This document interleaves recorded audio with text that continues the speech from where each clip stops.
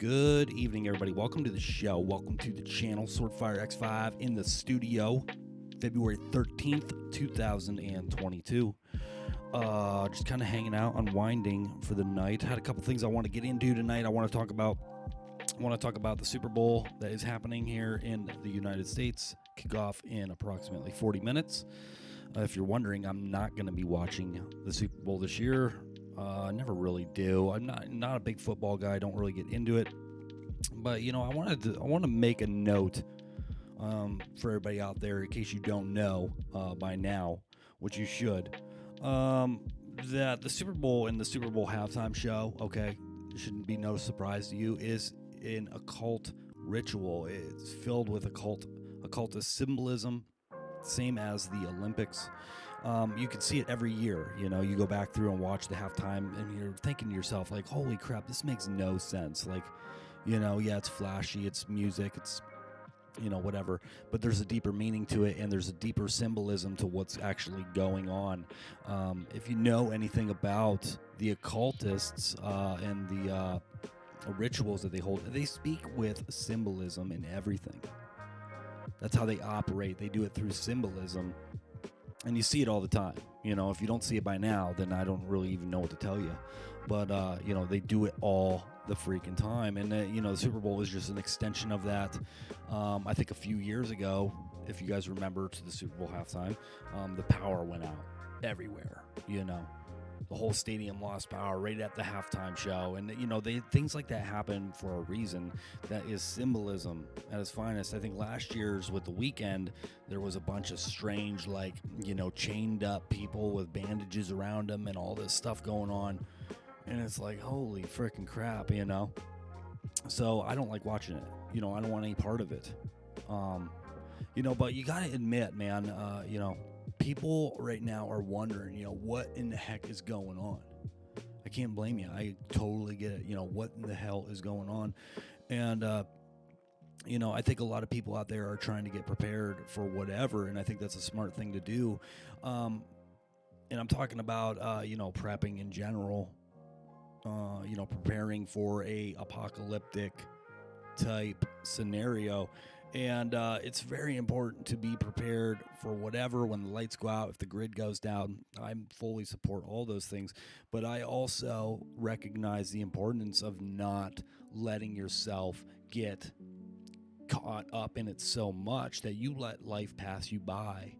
And next thing you know, 5-10 years is gone, and you're waiting for this apocalyptic event. And guess what? You missed out on so many good things because you were focused on the bad. And I think that's an easy trap to get caught into. And I think that's a trap that's purposefully meant to suck people in. There's so much misinformation going on out there. There's so much misinformation that a lot of it is geared towards, pushing people in this state of fear that keeps you locked in.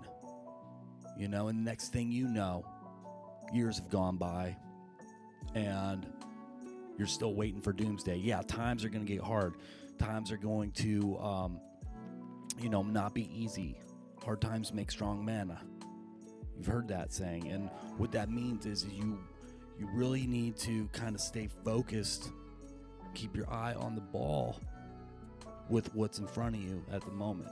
You got to stay focused with the community. If you lose yourself trying to get ready and it's all about you and getting ready so that you're good, if you're not making space to help other people, then you lose.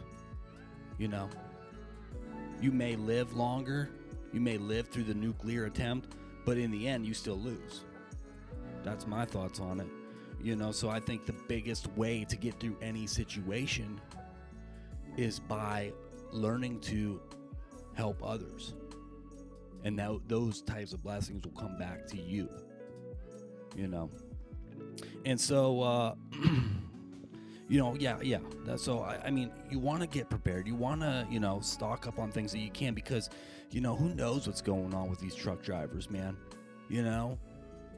If they're going to shut everything down. And don't get me wrong, I think it needs shut down. There's a lot of criminal things happening at a high level that needs to come to an end. We're losing our freedoms, we're losing our liberties.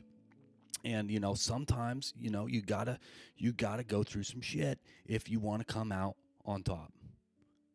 And that could be what this could be that, so it's good to be prepared in case, you don't want to go fighting through the stores with 1,000 people because there's shortages on food, but also, don't forget about your neighbor, That's how this whole thing works, man. It's not every man for himself.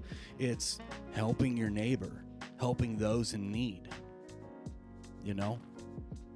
That's my thoughts on it, dude. And it's heavy, man, because, like I said, nobody knows what's going to happen. We are all making decisions based upon the information given to us, which is given to us by a select group of people. All our information, all our media is all controlled by certain entities, and we're all trying to make the best decisions for our family, for our friends, based upon that information. So that's a few of my thoughts I got on it tonight. If you are going to watch the Super Bowl tonight, I hope you guys enjoy it. Just keep your minds open when you see the halftime show and be like, oh man, what kind of occultist symbolism is going on here? What are they going to try to show us what they want to do? What's their outlook for 2022? And pay attention to everything. They use everything. They use the colors. They use the outfits they wear, the dance moves that they do, what they're wearing. You really got to kind of look past the entertainment Hollywood aspect of it and see on a deeper level what they are trying to tell you through symbolism. That's all I got for you guys tonight. I hope you guys enjoy the start of your week tomorrow. I'll see you guys on the next one. This is Swordfire X5. Have a good night.